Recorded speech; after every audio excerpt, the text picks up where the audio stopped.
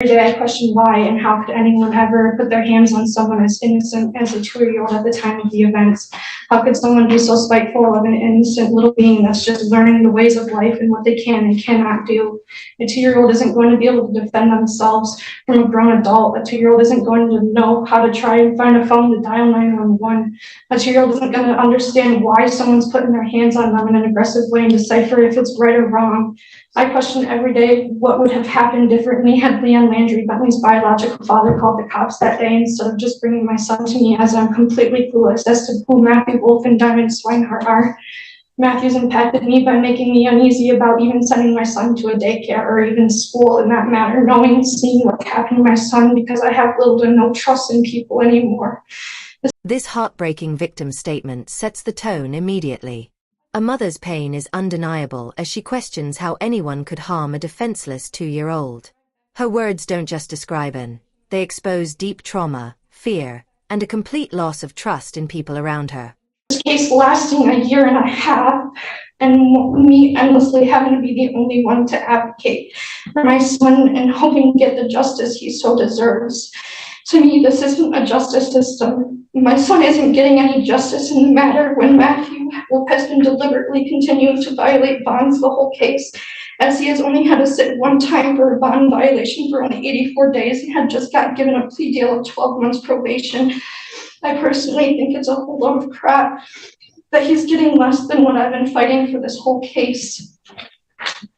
Sorry, Your Honor.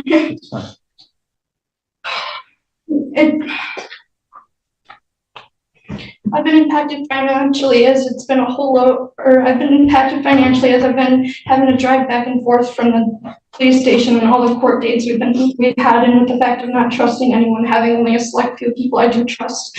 So I'm not able to work as much as I'd like to be able to financially support me and my son.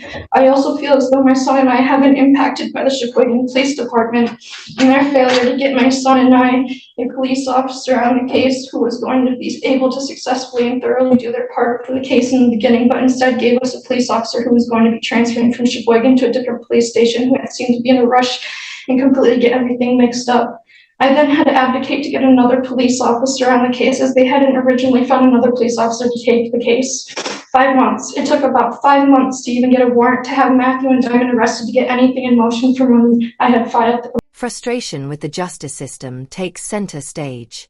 The mother reveals delays, weak consequences, and lack of proper investigation. Instead of closure, she's been forced to fight alone for over a year, raising serious questions about whether the system truly protected the victim. Complaint. I question every day why it is that Sheboygan County was failing my son and I when they're supposed to be the justice system and there to serve for their people. I question every day how it is that Diamond could sit there and tolerate her fiance husband doing something so heinous to someone so innocent. I question how it is that Diamond, by what I was told to be the one who was supposed to be watching my son, could also be let free of any consequences based on her fiance husband's actions and not doing anything about it, not attempting to call 911, or even Leon Landry, Bentley's biological father, the one who had set up babysitting. My son and I are also impacted by Leon Landry and his actions in the case, as he hasn't been a big help in it at all from the beginning, because he didn't do what any father would / should do in a situation like this that Matthew had put my son through and called 911 the night of November 23rd, 2022. My son's impacted by him because since this day this has happened, he has made no efforts into trying to be a part of Bentley's life. He's made no efforts into helping give information regarding Matthew to try and help his son get the justice he deserves. He hasn't even given Bentley an apology for the situation he put him through, and not even attempting to help his situation. With that said, Leon's impacted me because he's given me all the weight in the situation from the beginning and has left me hanging clueless about anything pertaining to the situation.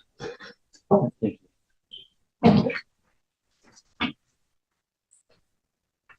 Ms. Goodrich, recommendations from the people. Yes, Your Honor, thank you. The defendant is 39 years old. He has 9 prior felonies and 3 prior misdemeanors. I believe that the court has been more than patient with him on the drug-line issues dating back to April 2023. Initially in district court, he was given a fine for a dilute test, and then in July of 2023, he had a positive drug screen. He did serve some jail time. There was another violation September 28th of 2023 for missing drug screens. Then we're actually here on a sentencing from a violation of March 4th of 2024, where he was failing to call the bond line in early March. The court gave him a stern warning that he had to figure this out, he had to comply, and that he would not be incarcerated for a second time and given a chance. The prosecutor's office during that time also gave him a chance by doing a delayed plea agreement that was against the victim's wishes, as she's explained why. And then here we are today between plea and sentencing with 2 more violations for missed calls, missed tests, without really any new explanation from that. He was warned by the court in March of 2024. I would ask the court to take that into consideration at the sentencing. Thank you. Thank you, Mr. Wolf. If you please stand for the court sentence. Mr. Wolf, you stand here today convicted of a felony crime of child abuse for injuring a very young child with bruises on the child's head and back.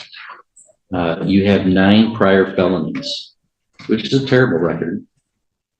And your guideline range is a straddle cell. 5 months on the low end, 23 months on the high end.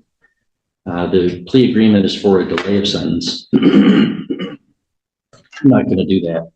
I'm not going to place you on a delay of sentence for 2 reasons. One, your extensive felony record and your abuse of a young child, and also then your complete failure to comply with my orders on bond. I have no reason to believe that you would comply with probation orders. Over and over again, you seem like you can just come to court and tell us why you're not obeying court orders and that should be okay. I'm not sure why you think that. Maybe that we've been too lenient with you. And I revoked your bond at one time, but then gave you more chances. I thought that maybe revoking the bond and having you sit for 85 days would have mattered. It doesn't seem to have gotten your attention.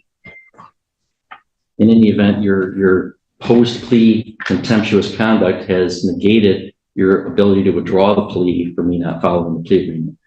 And I have no confidence that you would succeed on probation. So, honestly, somebody with your record that hurts a child, I'm really thinking about whether to send you to prison. I'm not going to do that today, but you are going to do a year in the county jail forthwith. You get credit for... The judge delivers a firm and critical response. Highlighting the defendant's long criminal history and repeated violations, the court makes it clear, enough chances have been given. While prison is considered, the final sentence, 1 year in jail, still leaves a lingering question. Is this justice for a child victim? 88 days previously served. $68 state cost, 130 crime victims assessment, $350 court cost, $60 DNA fee. And on the contempt, it's 93 days for 0. Those will be concurrent.